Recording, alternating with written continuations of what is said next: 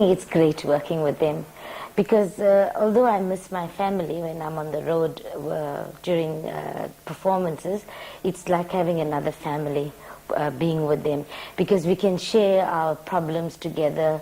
We don't have to hold back anything. Whatever I have to say, if I have even if I make a phone call home and there's a problem back home, I can go and confide with them, and they would give me a hearing and comfort me. And even en route when we're staying out in Transvaal, if I have to fall sick, I don't have to sit and cry alone in my room. I know they are there for me.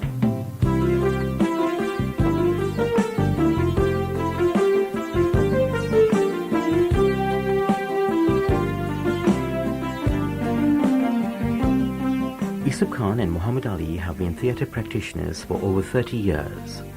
The unique partnership and brotherhood has dynamically impacted on our theatrical scene and has tremendously lifted sagging spirits and audience optimism regarding the economic, social and political milieu in South Africa. Over the past 11 years, their comedic talents has taken us from one hilarious roller coaster to another. But this rich history has also been charged with incredible pain and hardship. I worked for a paint manufacturing company and Ali worked for a tire company. Ali worked for 17 years, and after I had left school, I worked for a company for 19 years. So one day Ali came and told me, he said to me, you know what, I'm getting tired of my job. I said, so am I. Because we were working for we used to hold a full-time job, and a theater was our hobby. We used to go and after 5 rehearse till late at night and then perform. And then one day, my brother, I said to him, you know what? I said, Salim, I am tired. I can't work so many hours in a day. So he said to me, Essop, listen, why don't you give this job up? You love theater. Why don't you go into it? So I said, but it's a gamble. And so my brother said to me, listen, we have a house. There's food. What else do you want? So, I mean, that was something great. And the same day, Ali came up to me. And we both decided, and I said, Ali, listen, you come back in the afternoon and I'll let you know what's my plans. But before Ali could come and see me in the afternoon, I had resigned and I've left my job. Ali came home the next day and said, hey, we both resigned. We looked at each other and said, and now what are we going to do? What they did was to form Essop Khan and Mahomed Alli Productions. They wrote their very first play, The Jamal Syndrome, in 10 days. It became South Africa's longest-running French theatre production, spanning over 2 years and with over 240 performances in South Africa's urban, peri-urban and rural areas. Jamal Syndrome saw the birth of undoubtedly the most innovative and creative comedic duo in this country. 2 artists who weave hilarious tales around profound social, economic and political issues. Their subsequent productions confirmed what Khan and Ali do best with unparalleled competition, making audiences laugh long and loud, thereby invigorating the human spirit in times of uncertainty and gloom. Let me tell you what happened in court today, man. Oh, they put a big case today. Oh, there was a big case, Bhaiya.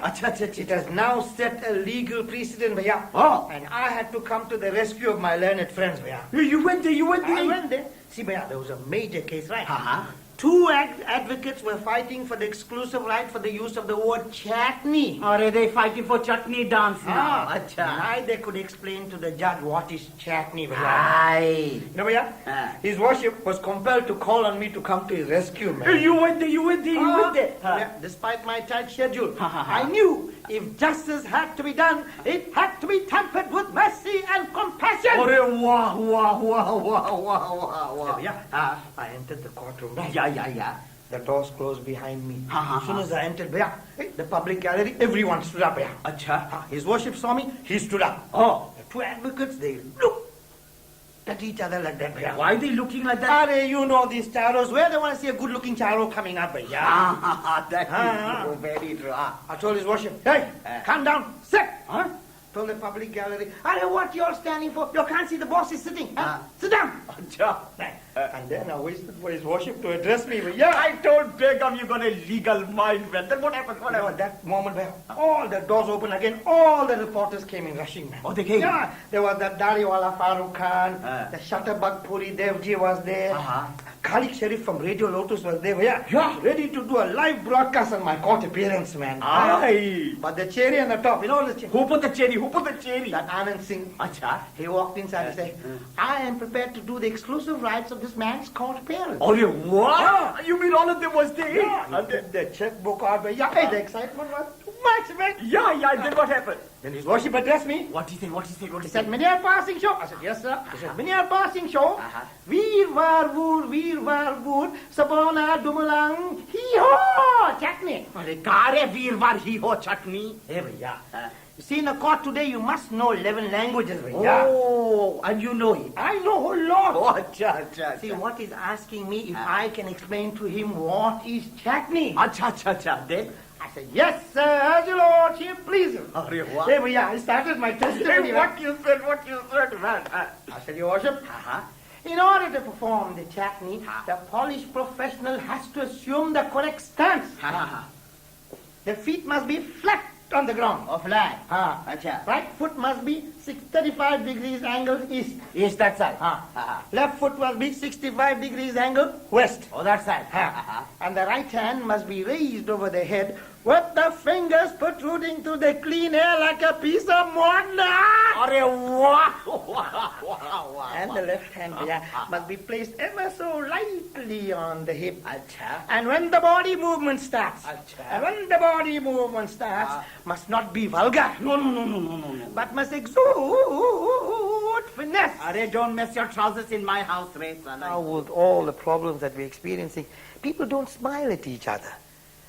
They don't even greet each other. You know, they're so tensed. Understandable with all the crime that's going on and they're hijacking. So people are very tense. So we allow them the 2 hours to come, not to forget the problem, sit down, have a good laugh, and go away. And that, I think, helps in terms of their relationships with other people and families. It helps, of course, it helps us, so it must be helping them also. We have nearly 100,000 people that sees our play. And we are the only theatre company in the country that takes plays throughout the country, excepting the Free State, we haven't touched. The play runs for about 7 to 8 months. That's the full tour. And then after that we have repeats and we go back to these towns again. Inform, educate, and entertain. I think that if you have that formula, and do things as far as simple stuff that people can identify. Because look, they come and sit down, and they're sitting in the theater is like sitting in the lounge that we are, or wherever seen, mostly lounges we use, involved. They're sitting with us in the lounge, participating but not contributing in terms of dialogue. That's the kind of thing I think the audience love. And if you keep that kind of thing, I think we'll have them coming all the time to the theater. We have been accused in the past. People say to us, why do you only write Indian plays? Now, to me, a play is a play. I can't deny that I'm Indian. I am of Indian origin, okay? I can't deny that. I write about people that I know, people that I rub shoulders with. That's easy for me to know. And the thing is that when we write a play, even though it's with Indian actors and Indian storyline, but if you look carefully, the story is universal. Begum! What now? Where my tea? Hey, I didn't make it yet. Alright? Don't look for it. Yeah, I said I didn't make it yet. Begum, you know, for 40 years I had my tea on time, Begum. For one day, if you're ever 10 minutes late, you think this government will collapse here? If I don't have my tea now, you're going to collapse there. Give me my tea. I got such a headache, Begum. I want to take this nice tablet stuff. Alright, what tablets? Let me see that. You know, one day if I leave you for 1 minute, any tablet you find, you'll take it. Let me see. Oh, no! Hey, where you got this tablet from? Begum, that tablet is so nice, Begum. Yeah. I didn't tell you, I took 2 last week. My headache went away like that. You must take 4, your headache will go away too. Ha. Hey, I left the tablets on the kitchen table. How it came here? There's only 2 of us living here. If you didn't bring it, what my father brought it here. You can't take these tablets, man. Why? They're not for a headache, man. Hey, then what's for it? You don't have to know all those things. Hey, this is my house. I want to know what comes in and what goes out, huh? Oh, you want to know? I'll tell you. You know what this is? This is birth control tablet. Hello, Begum. Hello, Begum. You're pregnant now. For the past 11 years, Savi Ramsamy has also been part of this outstanding team and together with Essop and Ali, encourage, nurture and develop new acting talent in their productions. They have faced overwhelming obstacles with determined dedication, refusing to succumb but doggedly pursuing their dreams and vision for indigenous theatre in this country. Problems relating to resources, infrastructure, racism, press publicity, theatre venues and the like have not prevented performance, but rather enhanced their commitment to theatre. They perform in tents, townships and acoustically bad community auditoriums. Their indomitable spirit and wonderful camaraderie sustains the arduous journey of each production and life's trials and tribulations. You see, Mahomed Ali and I, we go back a long way. You know, families, you have to accept it whether you like it or not. But you know, there's something like friendship. A friend you can choose. You can choose your friends. And I met Mahomed Ali when we were teenagers. Mahomed Ali could have been about 19 and I must have been about 17 when we met. There used to be a club called 225. It was run by Beryl Pillay. And I walked in one day and I didn't know anybody. And the next thing I spotted Ali. And I went and I sat down next to Ali and I introduced myself to him. And he told me his name was Mahomed Ali and I said I was Essop Khan. Now I suppose I said that and we really clicked because in those days, you know, the Christian children didn't mix with the Muslim children, you know. They always like in little cliques. And of course when I saw Ali, I was very happy. And I said, well, fine. And since then we've become great buddies. We are blood brothers. Hey! If you want an ashtray, why don't ask for an ashtray? What you putting your cigarette off on my carpet for? You want to give my cockroaches cancer? Hey, you're very fashionable, you, huh? Hey, half cool, buddy, half cool, man. Hey, had a good look at my house. How you like my house, Rep? It's cool, buddy, it's cool, man. Ah, it was very hot this morning, huh? Boy, you think if it remains like this, you think it will rain this afternoon? Hey, buddy, you classing me? Huh? You taking me for a luck? Huh? If it remains like this, how you expect the punish to come down? What kind? Anybody but just looking at you, they can see you come from a place of higher learning. Hey, bam bam. Amidst the laughter that their production generates, and like the proverbial clown who continues the act even whilst experiencing the deepest pain, Essop and Ali's love and passion for their work has also helped them through enormous personal suffering and anguish.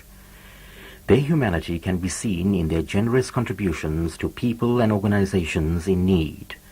Almost all their shows provide considerable financial support for such noble causes. The saddest moment in my life was when I was on stage, on set at least, working with the production, and I was told that my son wasn't well in hospital and that I was going to lose him. And I had to go on. We were doing a comedy and I didn't tell the cast. And after the performance, told the rest of the gang exactly what had happened. And that was tough, very tough. The audience, 500-600 people sitting out there having a good laugh and not knowing, you know, personally what you're going through. Of course, look, they're paying public and you're entertaining them out there. So you have to sort of be strong and go out there and come what may. I think acting, yes, it's a passion because I get to play so many different people. And you know, once you played certain roles, you begin to like these characters. They become part of you. And that's one. And secondly is that to make other people laugh, to give them a little bit of happiness in their life, and to give a little message that goes with it, to me that is very important. At the end of the day when I've done a performance and if I find that if I've got through to one person would come up and say, we got the message, it's wonderful. To me that's a great day. I go away thinking that I have done well. Essop Khan and Mahomed Ali's theatrical and personal lives are marked by triumph over adversity. Coming from strict but supportive Muslim backgrounds, extreme poor economic conditions harassed by the apartheid security police and suffering enormous personal loss, they have nevertheless shown us through their productions and the power of the comedic genre the values of love, tolerance, understanding and reconciliation. Through simple but accessible language which reaches the layperson and the intellectual, they have opened the windows of our hearts and reaffirmed for ourselves our own basic humanity. We have learnt to laugh again. We have learnt to love again.